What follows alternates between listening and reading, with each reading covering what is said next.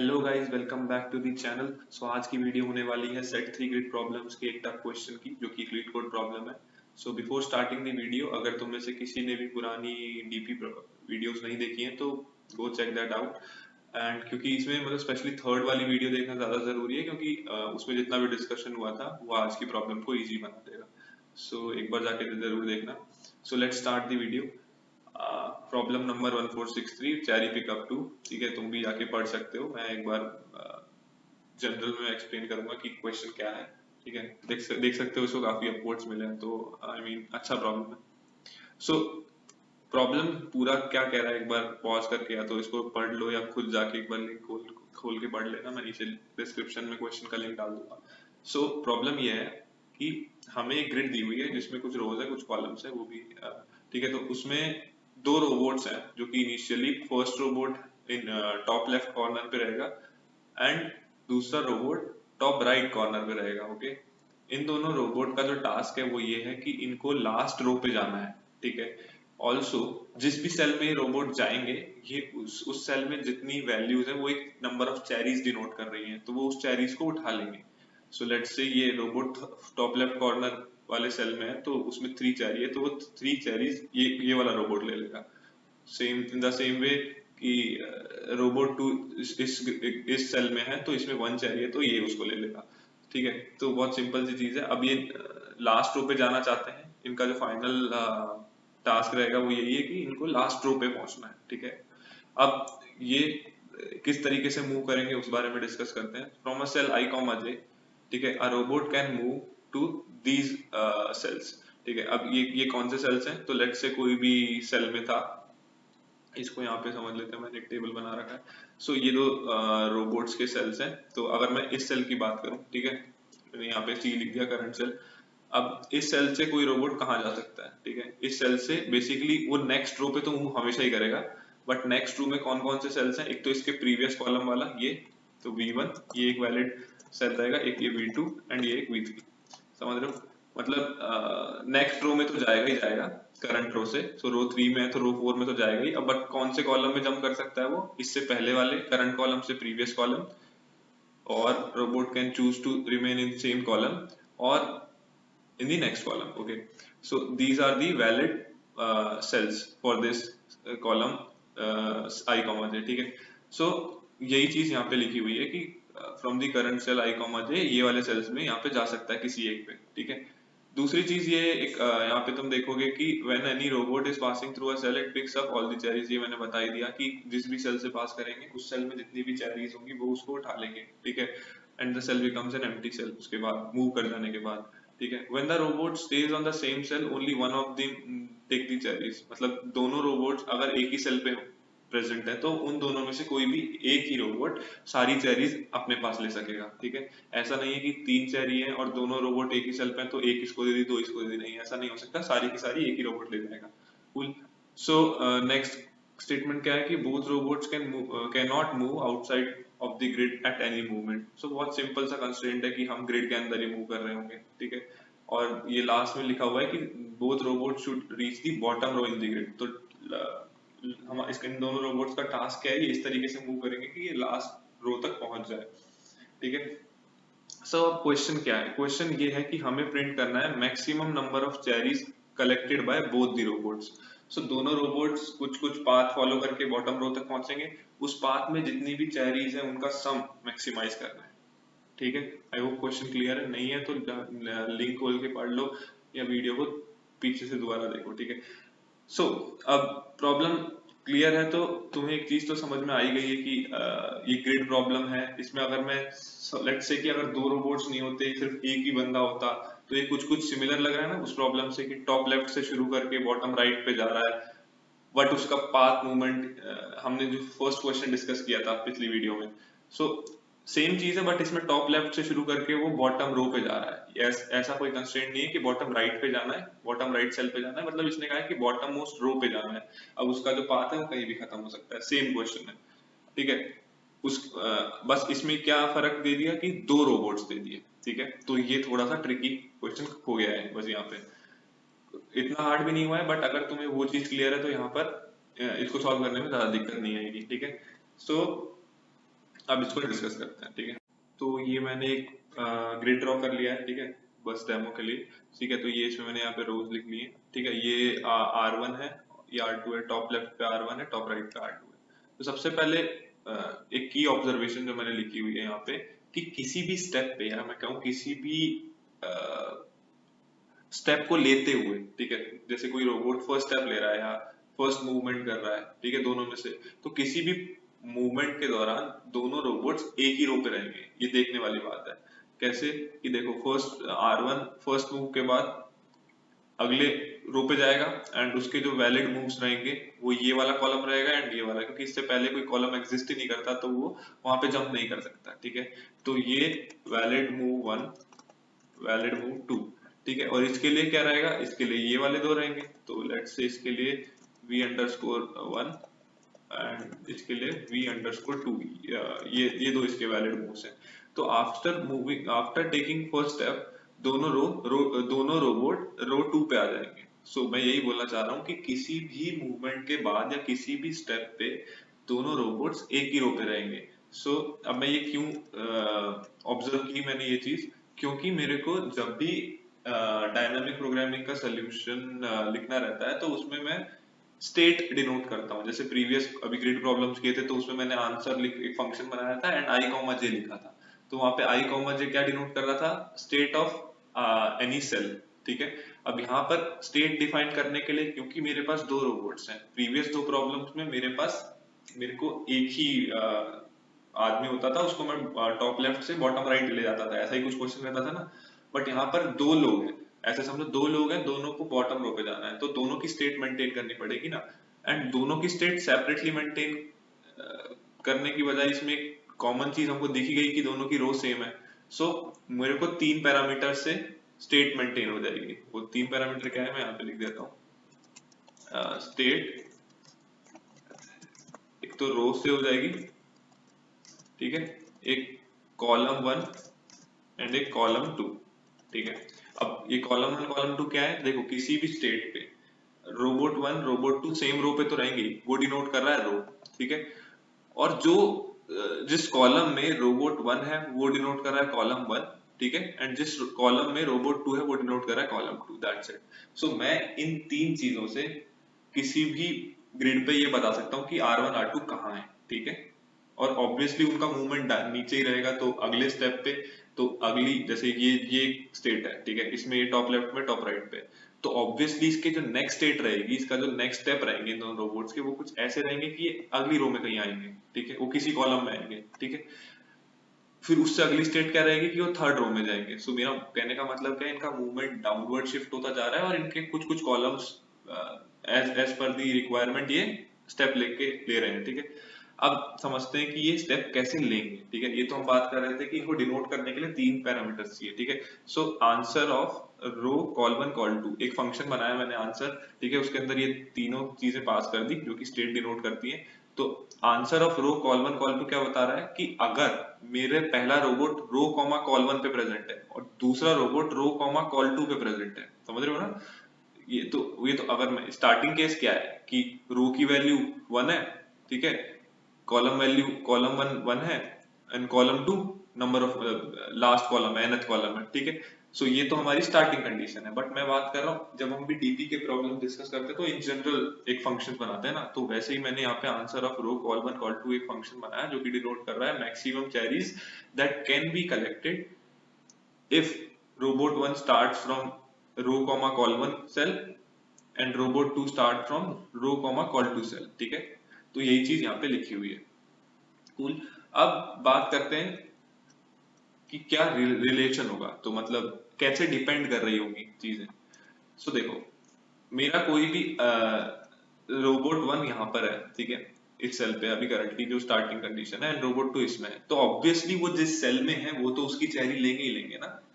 मतलब कि वो करंट सेल में है तो वो करंट सेल की तो चेरी लेंगे, ये तो क्लियर है, ठीक है। So answer of R, C1, C2, ये वही चीज है, मैंने बस शॉर्ट निमोनिक्स लिख दिया यहाँ पे इनके, ठीक है। सो ये क्या होगा, पहली दो चीजें क्या ऐड करनी है, सिंपली जो ग्रिड में वैल्यू प्रेजेंट है, that is cherry at R, C1 and cherry at R, C2, तो ये तो ऐड होंगी होंगी आंसर में, प्लस अब ये कोई मूवमेंट करेंगे, मतलब R1 या तो इस सेल पे जाएगा या इस सेल पे जाएगा, क्योंकि वैलिड मूव क्या है इस सेल से, स्टार्टिंग सेल से वैलिड मूव ये है V1 V2, ठीक है। R2 के लिए क्या है V_1, ठीक है, ये इसका वैलिड मूव है, ठीक है। सो अब R1 इन दोनों में से भी कुछ चुन सकता है एंड R2 इन दोनों में से भी कुछ चूज कर सकता है। सो टोटल नंबर ऑफ कितनी स्टेट्स बनेगी नेक्स्ट स्टेट्स, तो 2 into 2 4 बनेगी। अब तुम में से कुछ सोच रहे हो कि भैया 4 कैसे बनी, समझ नहीं आया। देखो भाई, R1 ने अगर V1 लिया तो R2 V1 V-1 भी ले सकता है एंड V-2 भी ले सकता है, ठीक है। R1 ने अगर V2 लिया तो R2 V-1 भी ले सकता है, V_2 ये भी ले सकता है। तो मतलब मैं ये नहीं कह रहा कि सारे लेगा, मैं ये कह रहा हूँ इन सब में से कोई एक लेगा। तो number of possible next possible states क्या हुई, ठीक है, वो कुछ इनका कॉम्बिनेशन है। मतलब समझ गए ना, मतलब 2 into 2 4 कैसे आया यहाँ पे, समझ रहे हो। अगर मेरे पास एक और लेट्स से इसके 3 वैलिड सेल्स होते और इसके भी 3 होते तो 3 into 3 9 होता, समझ रहे हो। सो ऐसे नेक्स्ट पॉसिबल स्टेट्स मैंने निकाली। अब मेरे को ये पता है नेक्स्ट पॉसिबल स्टेट्स क्या क्या हो सकती हैं। सो क्योंकि मैं डायनामिक प्रोग्रामिंग में क्या करता हूँ, क्वेश्चन को सब प्रॉब्लम्स में तोड़ता हूँ, तो वो सब प्रॉब्लम्स क्या हो जाएंगे। अब तुम्हें आदत सी हो गई होगी देख के कि सब प्रॉब्लम्स, अब तुम आई मीन अगर तुमने प्रीवियस वीडियोस देखी हैं तो तुम अभी देख पा रहे होगे सब प्रॉब्लम क्या है। कि देखो जितनी भी पॉसिबल स्टेट्स हैं मैं उन सब के लिए आंसर ऑफ कॉल करूंगा। आंसर ऑफ R+1 क्यों लिखा है यहाँ पे, क्योंकि अब वो करंट रो अगर R थी, यहाँ पे देखो करंट रो R थी, तो इससे अगला मूवमेंट क्या होगा, R+1 पे ही होगा, ठीक है, समझ रहे हो ना। मतलब मेरे कॉलम्स एज पर वैलिड सेल डिफर करेंगे बट रो तो मेरी फिक्स है ना, मतलब रो अगली रो पे ही जंप करूंगा ना मैं। सो answer of R+1 comma FC1 let's say कि फाइनल कॉमा ये मतलब all possible combination of all possible columns of robot1, ठीक है। And FC2 denotes all possible next columns of robot2। तो ये जो V-1 और V-2 के जो कॉलम है वो FC2 डिनोट कर रहे हैं एंड V1 V2 के जो कॉलम नंबर है वो FC1 डिनोट कर रहा है, ठीक है। तो मैंने यहाँ पे लिखा है देखो मैक्स ऑफ डॉट, मतलब ये डिनोट कर रहा है सब इन सब की, मैं इन सब के लिए जितने भी कॉम्बिनेशन बन रहे थे कि भाई V1 लेट से R1 ने V1 लिया, ये R1 यहाँ पे गया एंड R2 इस V-1 पे गया। तो इसके लिए कुछ आंसर ऑफ, मैं इसके लिए सब प्रॉब्लम निकाल दे रहा हूँ। सब प्रॉब्लम मतलब अब मैं कह रहा हूँ कि R1 अगर यहाँ से शुरू करता इस सेल से, जिस ये V1 से, और R2 अगर यहाँ से करता तो कितनी मैक्सिमम चैरिंग होती, समझ रहे हो मैंने कैसे बड़ी प्रॉब्लम को सब प्रॉब्लम में तोड़ दिया। क्योंकि अगर मैं इसका आंसर निकाल पाता हूँ, ठीक है, तो अल्टीमेटली ये जो आंसर है सब प्रॉब्लम का, ये कि R1 V1 से स्टार्ट करता है एंड R2 V_1 से स्टार्ट करता है, तो ये बेसिकली कंट्रीब्यूट कर रहा है अपने बड़े प्रॉब्लम के आंसर में। कंट्रीब्यूट कैसे कर रहा है वो भी तुम समझोगे। सो ये तो बात थी V1 V_1 के लिए। अगर मैं बात करूं, अगर R1 यहां से स्टार्ट करे V1 सेल से एंड R2 स्टार्ट करे V_2 से, तो भी कुछ एक आंसर आएगा, तो उसको भी मैं स्टोर कर ले रहा हूँ। अगर R2 स्टार्ट करे V2 से एंड R1 स्टार्ट करे V2 से एंड R2 स्टार्ट करे V_1 से, तो भी एक आंसर आएगा। तो मेरा कहने का मतलब क्या है कि सारे पॉसिबल कॉम्बिनेशन नेक्स्ट स्टेट के जितने भी होंगे मैं उन सब के लिए आंसर निकालूंगा और उन सब में से मैक्सिमम लूंगा। क्यों मैं लूंगा, देखो पहली चीज दोनों एक ही स्टेट होगी नेक्स्ट, मतलब करंट स्टेट से मैं सीधा नेक्स्ट पॉसिबल स्टेट पे जंप करूंगा ना, और नेक्स्ट पॉसिबल स्टेट एक ही हो सकती है, समझ रहे हो। सो उन सब में से मैक्स इसलिए ले रहा हूं क्योंकि मुझे मैक्सिमम नंबर ऑफ चेरीज चाहिए। तो ऑब्वियसली करंट चेरीज जो मेरे करंट सेल में है वो मैंने निकाल लिया एंड नेक्स्ट स्टेट में पॉसिबल मैक्सिमम पॉसिबल चेरीज कितनी आ सकती है वो निकाल लिया, दोनों को ऐड कर दिया, वो मेरा ये डिनोट कर रहा है। तो अब तुम देख पा रहे हो कि कैसे मेरा एक प्रॉब्लम जो कि था आंसर ऑफ R,C1,C2 डिपेंड कर रहा है अपने अगली स्टेट के आंसर्स पे। ऑल्सो अब तुम कहोगे कि भैया इसमें रिपीटिशंस कैसे होंगे सब प्रॉब्लम्स के, आप तो कहते हो डीपी के प्रॉब्लम सब प्रॉब्लम्स रिपीट करते हैं, बिल्कुल होंगे। देखो तुम्हें समझ में आएगा जब तुम इसके लिए कॉल करोगे ना V1 और V_1 के लिए, लेट्स से R1 यहाँ पर है एंड R2 यहाँ पर है, तो मैं लिख देता हूँ लेट्स से R1 यहाँ पे आ गया है एंड R2 यहाँ पे आ गया है, तो तुम इसका एक वैलिड मूव ये होगा, ठीक है, और इसका एक वैलिड मूव ये होगा। इसको भी लिख दे रहा हूँ, ठीक है, मैं वी और वी अंडरस्कोर से डिनोट कर रहा हूँ, ठीक है। तो इसके लिए वापस से एक सब प्रॉब्लम कॉल करोगे जब जिसमें R1 यहाँ पे आएगा और R2 यहाँ पे आएगा। यही सब प्रॉब्लम किस में भी आएगा, यही सब प्रॉब्लम आएगा जब R1 यहाँ पे है एंड R2 यहाँ पर है, समझ रहे हो। तो ये एक डिफरेंट सब प्रॉब्लम था, उसका एक और सब प्रॉब्लम निकाला, वो कॉमन आ गया। तो तुम ऐसे देख सकते हो कि कैसे कैसे सब प्रॉब्लम्स जो है वो रिपीट होने लगेंगे, ठीक है। ये चीज अगर तुम्हें समझ नहीं आई तो एक बार खुद से कॉपी लो, ग्रिड बनाओ और देखो कैसे कैसे रोबोट मूव कर रहा है, तो तुम्हें उसमें दिखेगा कि सब प्रॉब्लम्स कुछ कुछ जगह पे सेम है, ठीक है। तो आई मीन इसमें अप्रोच वाइज तो इतना ही है, ठीक है, क्योंकि तुमने अगर प्रीवियस डीपी की वीडियोस देख रखी है ना मेरी, तो तुम समझ जाओगे कि ये चीज कैसे निकली है, और बस यही आंसर, अब इसको इम्प्लीमेंट करना है, ठीक है।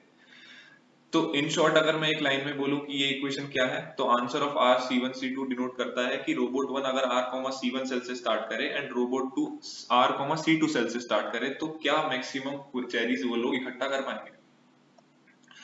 तो मैंने पहले क्या किया, चेरी एट R, C1 लिखा, चेरी एट R, C2 लिखा, दोनों को ऐड कर दिया, ठीक है, क्योंकि करंट सेल पे जितनी चेरीज हैं वो दोनों लेंगे ही लेंगे, ठीक है।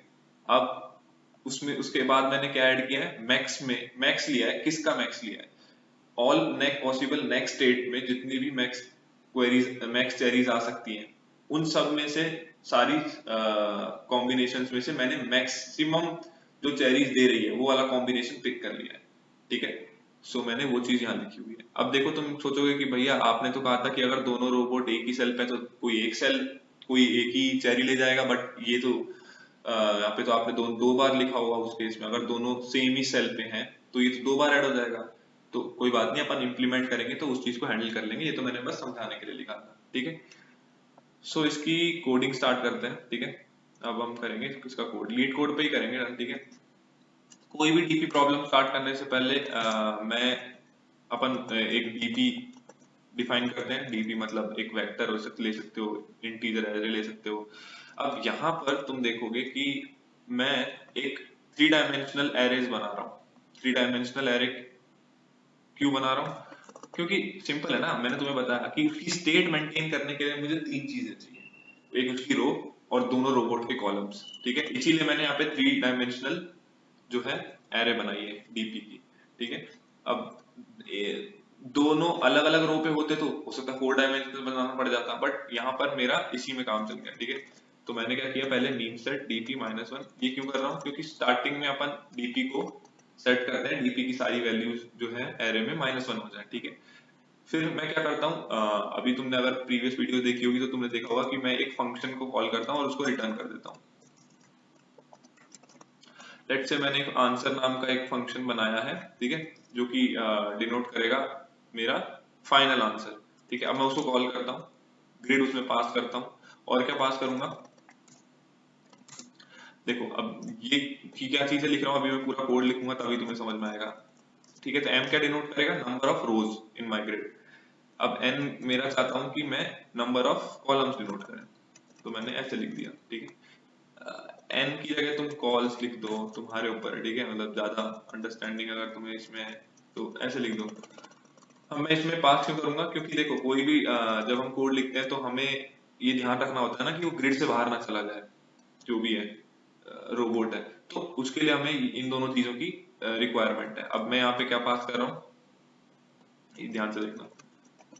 मैंने ये चीजें लिखी है, तो ग्रिड मेरा डिनोट कर रहा है करंट चेरी वाली जो ग्रिड है वो, रोज मेरा डिनोट कर रहा है number of rose in my grid, calls मेरा डिनोट कर रहा है number of calls in my grid. Also यहाँ पे 0 0 और कॉल्स -1 लिखा हुआ है, ठीक है। ये क्यों है, क्योंकि ये मेरी करंट रो है, ठीक है। इसको ऐसे समझो कि ये रो है, ये C1 है, ये C2 है। तो करंट स्टेट क्या है मेरी, करंट स्टेट मेरी ये है। तो मेरा जो R1 है वो फर्स्ट रो में है, एंड फर्स्ट रो में फर्स्ट कॉलम में है, एंड R2 मेरा फर्स्ट रो में लास्ट कॉलम में है। तो उसी चीज को मैंने यहाँ पे ऐसे लिखा हुआ है, और ये फर्स्ट रो डिनोट कर रहा है क्योंकि 0th रो है, ठीक है, ये 0th कॉलम है, और ये कॉल्स -1 मतलब लास्ट कॉलम है फर्स्ट रो का, ठीक है। तो ये स्टेट डिनोट कर रहा है बेसिकली। अब हम एक फंक्शन लिखेंगे, ठीक है।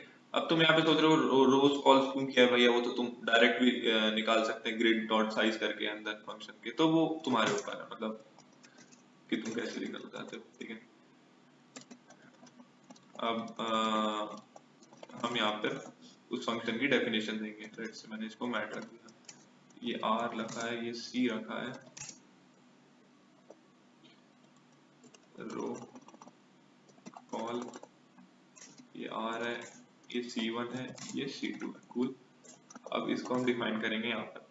सबसे पहली कंडीशन क्या होगी, देखो सबसे पहली कंडीशन तो ये है ना कि अगर मेरी करंट रो है, आर डिनोट कर रही है, मेरी नंबर ऑफ रोज के इक्वल हो जाती है, तो कुछ मत करो, रिटर्न 0 कर दो। क्यों कर दो रिटर्न 0? क्योंकि मैं ऑलरेडी लास्ट रो पे हूँ, उससे आगे कोई रो ही नहीं एग्जिस्ट करती, तो उससे आगे मैं क्या ही चेरीज कलेक्ट कर पाऊंगा। ठीक है भाई, मैंने करंट रो तक कलेक्ट कर रखी है, उससे आगे कोई रो ही नहीं है, तो मैं कैसे कलेक्ट करूंगा? तो सिंपल रिटर्न 0 कर दो। ठीक है, फिर हम हमेशा एक डीपी के स्टैंडर्ड प्रॉब्लम्स में हम लिखते ही हैं, आज से पहले वाली वीडियोस में भी हमने देखा ही था कि अगर वो नॉट इक्वल्स टू -1 है, मतलब अगर वो ऑलरेडी कैलकुलेट कर ली है हमने, तो उसको सिंपल से जाके रिटर्न कर दो, दैट्स इट।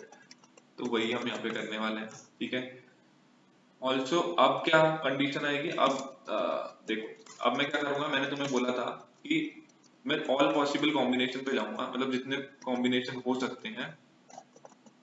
ठीक है, एंड उनमें से मैक्स मैक्स जो क्वेरी दे रही होगी, मैक्स चेरीज दे रही होगी, वो मैं ले लूंगा। ठीक है, तो वही चीज मैं यहाँ पे लिखने वाला हूँ, कैसे लिख रहा हूँ वो देखो। अब देखो, मैंने यहाँ पे क्या देखा था, मैंने यहाँ पे देखा था कि जो मेरा करंट रोबोट है R1 लेट से, वो या तो अपने पहले वाले कॉलम पे जाएगा, या उसी कॉलम पे रहेगा, या उससे नेक्स्ट कॉलम पे जाएगा, मतलब अगली रो पे तो जाएगा ही जाएगा। अब अगली रो में कौन सा कॉलम रहेगा, या तो करंट कॉलम से प्रीवियस कॉलम, मतलब C-1, या करंट कॉलम से सेम कॉलम में रहेगा तो C-0, या उससे नेक्स्ट कॉलम पे जाएगा तो C+1। ठीक है, तो मैंने यहाँ पे क्या लिखा है देखो, -1 से लूप रन हुआ 1 तक। समझ रहे हो?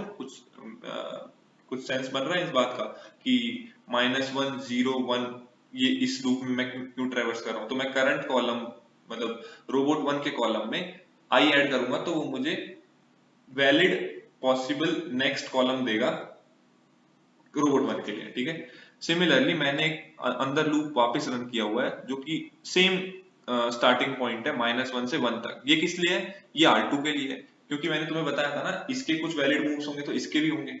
ठीक है, तो और उन दोनों को मल्टीप्लाई करूंगा तो मुझे नंबर ऑफ पॉसिबल कॉम्बिनेशन है, तो मल्टीप्लाई ना करके यहाँ, क्योंकि मैं लूप वाली इंप्लीमेंटेशन लिख रहा हूँ, तो मैंने उन दोनों को एक दूसरे के अंदर रखा है। ठीक है, सो अब मैं यहाँ पे फाइनल कॉलम 1, मतलब रोबोट 1 का फाइनल कॉलम स्टोर कर रहा हूँ। ठीक है, वो क्या होने वाला है, अभी करंट कॉलम क्या है C1, उसमें मैंने ऐड कर दिया I, दैट्स इट। ये मेरा रोबोट 1 का फाइनल कॉलम है। रोबोट 2 का फाइनल कॉलम क्या होगा, C2 + J, दैट्स इट। ठीक है, क्यों है? सिंपल सी बात है, मैंने I को रन किया हुआ है -1 से 1 तक, J को भी रन किया -1 से 1 तक, तो नंबर ऑफ पॉसिबल कॉम्बिनेशन निकलेंगे इससे। तो और जो भी करंट वैल्यू होगी I की, उसको C1 में ऐड करूंगा, तो मेरा फाइनल कॉलम ऑफ रोबोट 1 होगा, एंड J + C2 जो होगा वो फाइनल कॉलम ऑफ रोबोट 2। ठीक है, अब मुझे क्या करना है, मुझे बस ये चेक करना है कि जो फाइनल कॉलम में जंप करने वाला है, तो फाइनल कॉलम एक वैलिड कॉलम है या नहीं है। बस वैलिड कॉलम मतलब कि वो कहीं ग्रिड से बाहर तो नहीं निकल गया है, बस ये कंडीशन है। वो कैसे देखेंगे भाई, FC1 क्या होना चाहिए, >0 होना चाहिए एक तो, और क्या, FC1 less than number of columns, that's it. तो नंबर ऑफ कॉलम्स कॉल के अंदर है, same goes for FC2 should also be less than call. तो ये मेरी क्या डिनोट कर रही चीज, ये मेरी डिनोट कर रही कि मैं ग्रिड के बाहर नहीं जा रहा हूँ अगली स्टेट में। ठीक है, अब मैं मैक्सिमम चीज चाहिए ना, तो मैक्स निकालने का तो सिंपल सा कोड है, एक मिनिमम एक वेरिएबल को थोड़ा छोटी वैल्यू से इनिशियलाइज करो और max of that max max करते चले जाओ कोड के अंदर। बहुत सिंपल सा कोड रहता है इसका। तो अब क्योंकि ये रिकर्सिव है, मतलब मैंने टॉप टू बॉटम अप्रोच लिखी है, तो मैं क्या करूंगा, देखो ग्रिड तो कॉमन पास होगा, क्योंकि वो तो मैं एज इट इज ग्रिड नहीं लिखा, मैंने मैट नाम से डिफाइन किया, मैट। ठीक है, नंबर ऑफ रोज भी सेम रहेंगी मैट्रिक्स में। ठीक है, नंबर ऑफ कॉलम भी सेम रहेंगे ग्रिड में। ठीक है, बस अब मेरा जो नेक्स्ट जो मूव, जब मैंने नेक्स्ट सेल पे जंप किया है, तो मेरी करंट रो अगर R थी, तो नेक्स्ट रो क्या होने वाली है, R+1, सिंपल।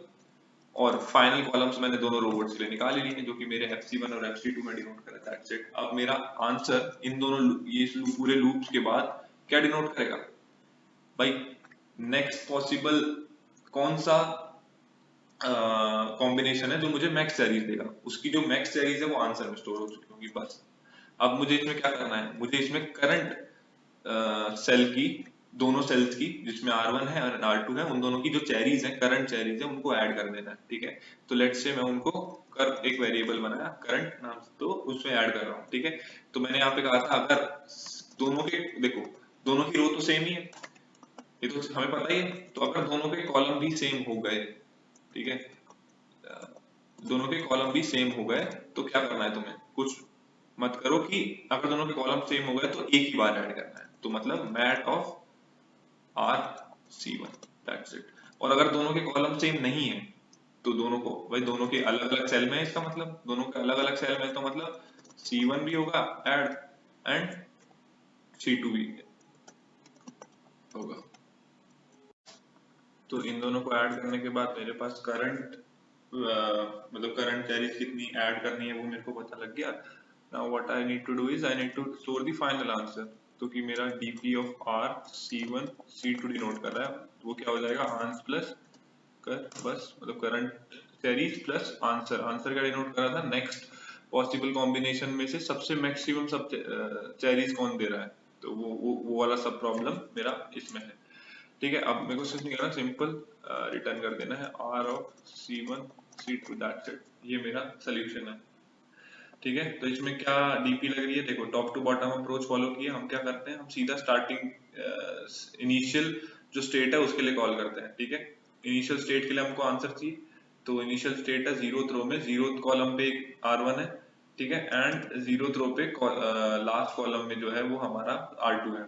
अब ठीक है, अब यहाँ पर वो क्या करते हैं, हम चेक करता है बेसिकली बेस कंडीशंस हैं तो सेटिस्फाई रिटर्न कर देगा, नहीं तो नहीं करेगा।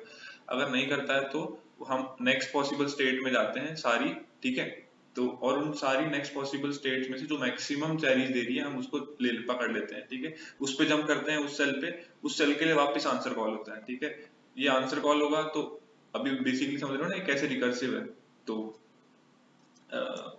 ऐसे इसको सॉल्व किया है हमने। ठीक है, तो अब इसको एक बार रन करके देखते हैं, रन कोड,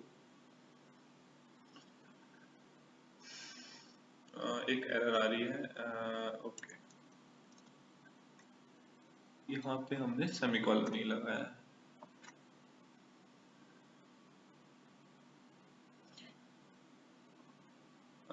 रन हो गया है। इनपुट जो सैंपल इनपुट था उसके लिए, फाइनल टेस्ट केसेस के लिए भी रन हो गया है, कूल। सो ये जो आंसर था ये सबमिट हो चुका है। ठीक है, ये जो कोड है मैं नीचे डिस्क्रिप्शन में दे दूंगा। सो इसी के साथ वीडियो एंड होती है। ठीक है, अगर वीडियो अच्छी लगी हो तो गाइज लाइक कर देना, शेयर तो मतलब तुम नहीं करोगे, मैं कितना ही बोल दूं, बट ठीक है लाइक जरूर कर देना, एंड चैनल पे नए हो तो सब्सक्राइब जरूर कर देना। ओके, सो मिलते हैं नेक्स्ट वीडियो में। ठीक है।